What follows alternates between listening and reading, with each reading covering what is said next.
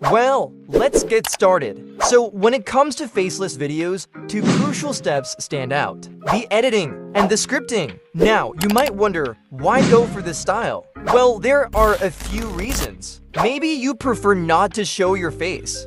Or perhaps English isn't your strongest suit, making you a bit hesitant to speak on camera. Or maybe, like me, you simply enjoy the art of video editing. Unlike those who show their faces, we can't just rely on talking for hours against a black screen. We have to grab their attention with a visually engaging video, complete with creative and stunning effects, maybe even throw in a cool animation. And of course, a solid script is key. But don't worry, there are plenty of ways to polish up your writing skills. In this video, I'm going to walk you through how I put together my videos using just a few tools. So, stay tuned. Okay, folks, let's dive into how I make my videos. Step 1, gotta have a killer idea. So, activate that creativity. Gather some cool concepts and let the brainstorming begin. Now, here's where I mix things up a bit. I mash together scripting and editing. Instead of writing the whole shebang, I focus on bits, like the intro and whatnot. Why, you ask? Well, stick around, and I'll spill the beans on that one. Once we've got a bit of script action going, it's time for the main part of the video, editing. But hold on, before we jump into step 2, we need to whip up a thumbnail. It's like a sneak peek, a teaser for the main event. Back to editing, we'll talk about animation. Slap on some background tunes, throw in sound effects, and the whole shebang. Once the video's a masterpiece, we're not done yet. We need a catchy title and a killer description. So let's kick it off with step 1. When I'm gearing up for a video, I usually kick things off with a shot of inspiration. Lucky for me, I've got ideas popping up left and right. Must be the creative bug in me. By the way, subscribe to my channel so you don't miss any videos. Now, I get it, not everyone's a walking idea factory. So, here are 3 nifty steps to help you out. Search, observe, take action. First up, dive into your niche and do a little digging. Find a video creator who's got the vibe you're after. Next, observe their editing style and their scripting. Take some notes and write them down. Then take that inspiration and run with it. Grab a pen. Make a table. Spill your ideas out. What videos do you want to make? What editing tricks are you itching to try? It's like brainstorming, but with a game plan. And here's a pro tip. Go for a niche that's a bit of a hidden gem.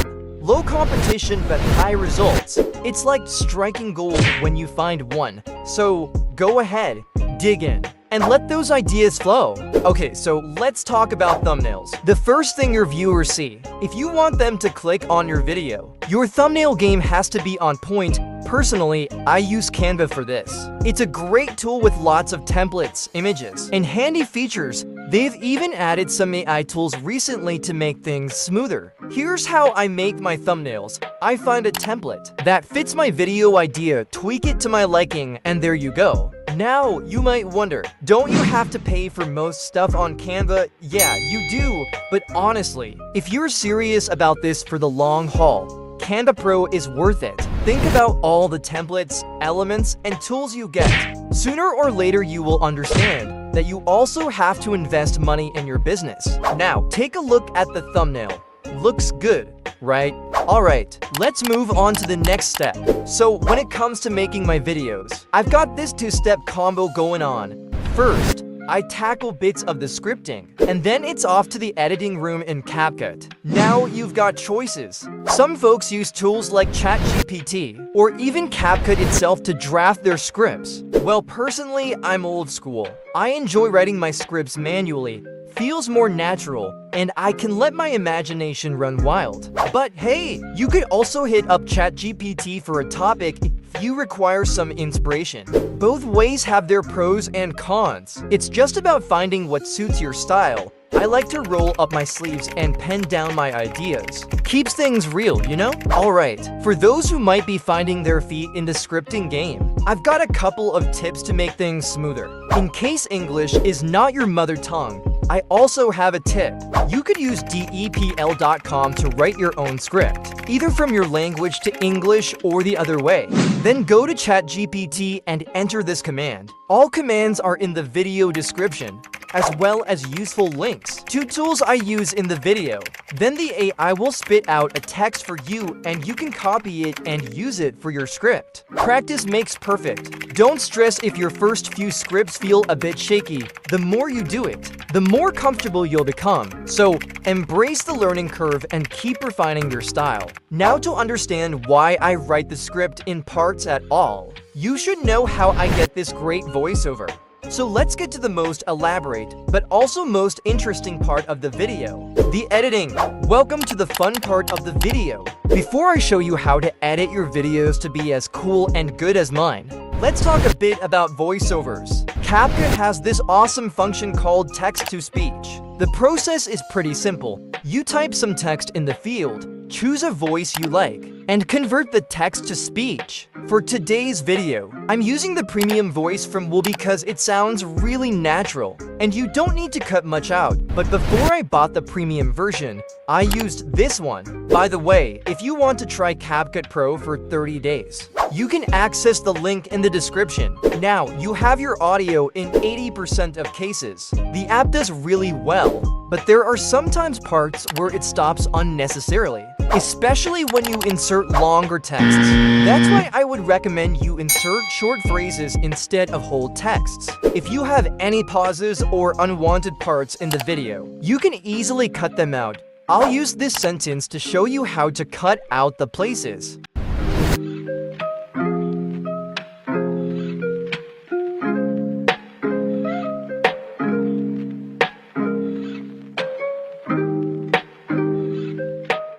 You see, it's that simple. Now that you have your voiceover, let's talk about the animations and footage you can use for your video. Alright, when it comes to editing, you've got a few options to choose from. Some folks use stock footage for their videos, with a voiceover in the background. I found that relying solely on stock footage makes the video a bit dull, so I use a different technique for mine.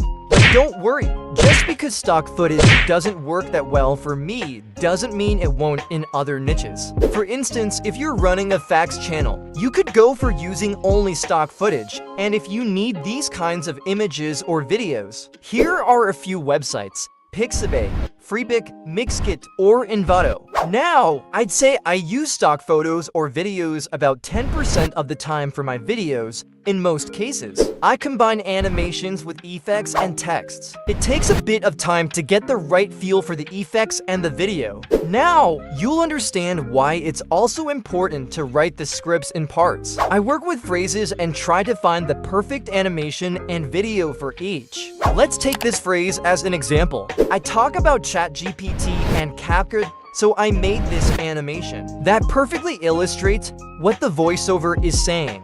Now, I'm going to teach you how easily I put it together. You choose a text.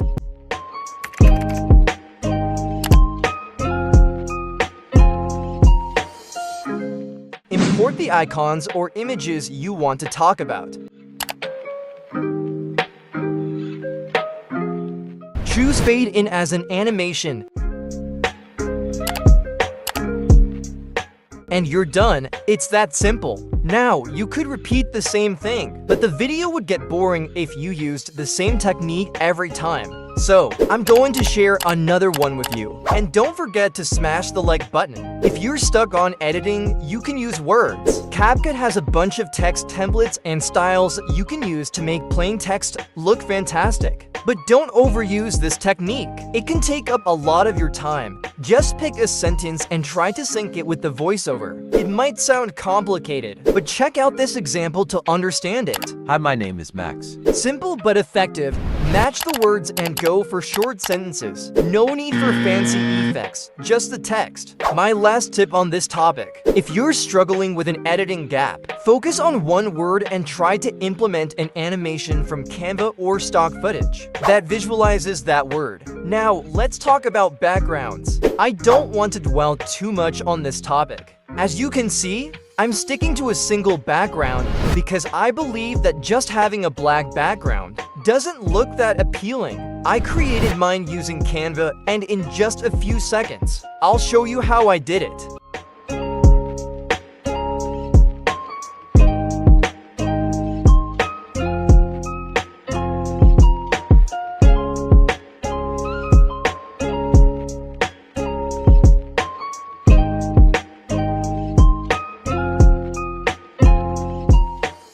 So we've covered scripting, animations, and backgrounds. And now the only things left are sound effects and music. There isn't much you need to pay attention to here. When you play music in the background, it's crucial to choose non-copyrighted music to avoid getting banned or receiving a copyright strike. YouTube's got your back on that. Additionally, I'd recommend adding sound effects to your transitions and some elements of the video. You might wonder why. Well, watch the same video without sound effects and then with sound effects.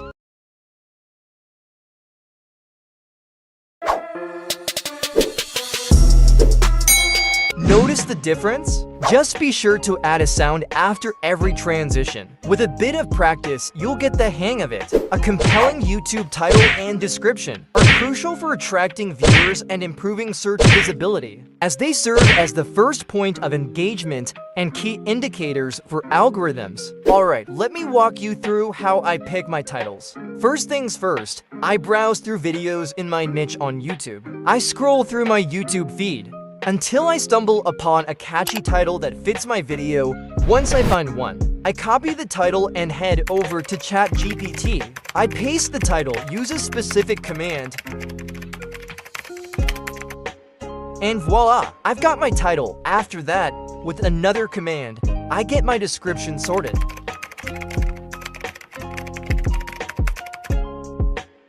And there you have it, a nice description and a captivating title ready for your video upload. Easy as that. Thank you so much for watching. If you enjoyed this video, don't forget to give it a thumbs up and hit that subscribe button for more content. Feel free to leave your thoughts or questions in the comments below.